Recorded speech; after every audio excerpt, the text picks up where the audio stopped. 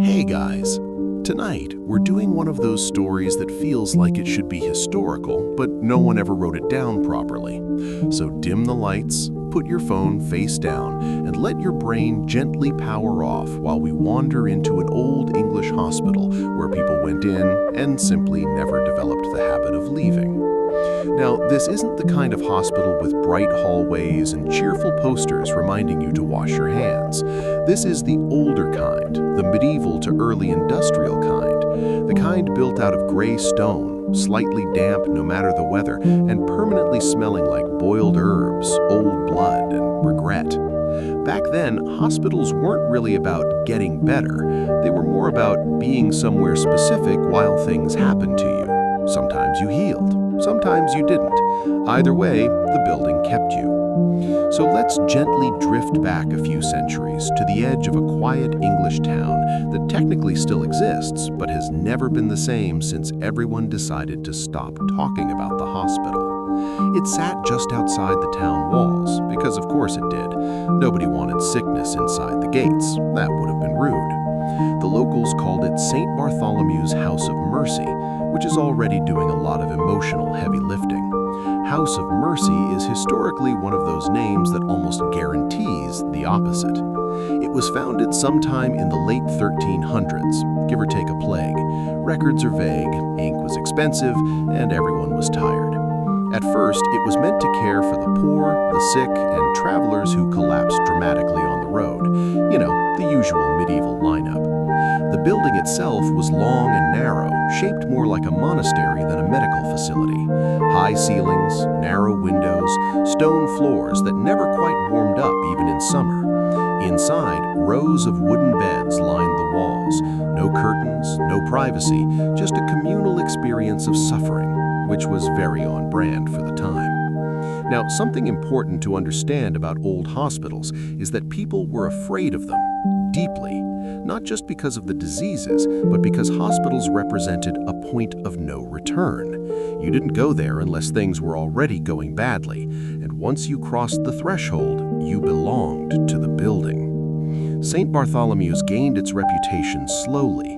At first, it was subtle, a missing beggar, a traveler who never returned to the inn. People assumed the obvious. They died, they said, and honestly fair. But over time, patterns started forming. Not dramatic ones, just uncomfortable ones. Patients would go in, and their families would wait and wait. No bodies were returned, no belongings, no explanations. The monks who ran the hospital, because of course monks were involved, would simply say the patient had passed into God's care, which is vague enough to mean anything. Sometimes relatives tried to see the rooms where their loved ones had stayed. They were politely turned away. Other times they were allowed inside, but the beds were already occupied by someone else. And not just occupied, used. Indentations in the straw, blankets folded the same way, like the previous person had simply slid out of reality. Now, the monks themselves were not particularly comforting. They moved slowly, they spoke softly, and they never seemed surprised by anything. A patient screaming through the night? Normal. Someone not waking up? Expected. Someone vanishing entirely? Barely worth mentioning. They kept records, technically, but the books were strange. Names would appear once, sometimes twice, then never again. No death dates, no burial notes, just absence. By the 1500s, Saint Bartholomew's had become the place people avoided until they physically couldn't. If you had a cough, you stayed home. If you had a fever, you prayed. If you were bleeding, well, that's when decisions got complicated. Patients who entered the hospital described an overwhelming quiet. Not silence, just a soft, padded stillness. Sound didn't travel properly inside. Footsteps felt swallowed. Voices faded too quickly, and the air felt heavy. Not damp, not cold, just occupied. At night, lanterns were kept low. The monks said bright light disturbed the patients. which was true, but not for the reasons you'd hope. Some patients claimed they could hear movement between the beds, not footsteps, more like fabric dragging across stone. Others said they felt someone sit beside them while they slept, a weight on the mattress, a presence without warmth. When they looked, no one was there. The monks dismissed these complaints gently. Sleep deprivation, fever dreams, the devil maybe, which was medieval code for "we're not dealing with that." One patient, a cooper named Edmund Hale, wrote a letter to his wife from inside the hospital in 1623. The letter still exists, which is impressive considering everything else that vanished. In it, Edmund said he felt crowded, even when alone. He said the walls felt closer at night, and that sometimes he heard his name spoken from the far end of the hall in his own voice. Of course he did. He begged his wife not to come looking for him, not to ask questions. "I think the house listens," he wrote. Edmund never left the hospital. His wife received no further letters, and when she visited Saint Bartholomew's, the monks told her he had recovered and gone on his way. She knew that wasn't true. Edmund hated walking. By the late 1600s, rumors spread beyond the town. Travelers spoke of a hospital where the sick went to disappear, where beds were always full, yet no funerals ever happened. Some said the building was cursed, others said it was a gateway. Most just said, "Don't go there."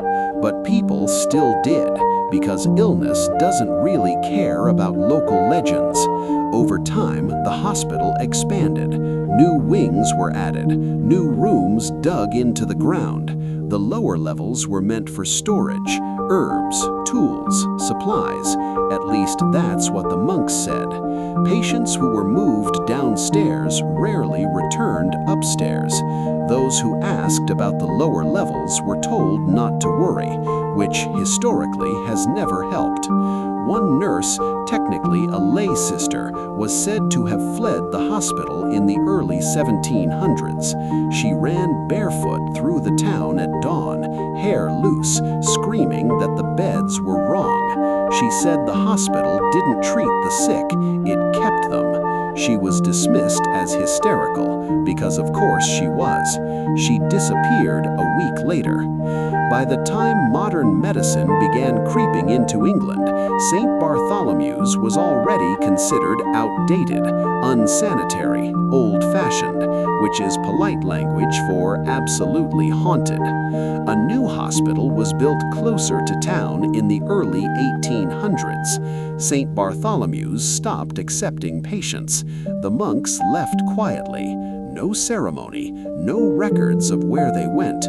The building was sealed. For a while, nothing happened, which in haunted building terms is suspicious. Locals avoided the place. Children dared each other to touch the door. No one ever went inside. Then, slowly, people began to notice lights, a single glow deep in the building late at night, moving from room to room. Some said it was squatters, others said it was reflections, but reflections don't pause beside windows, and they don't linger. Animals refused to go near the hospital grounds.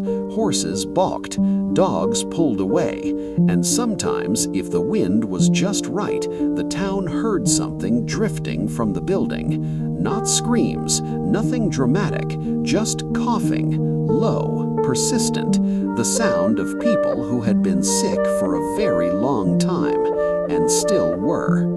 Saint Bartholomew's never officially reopened, but the town never truly closed it either, because some places don't need doors. They just wait.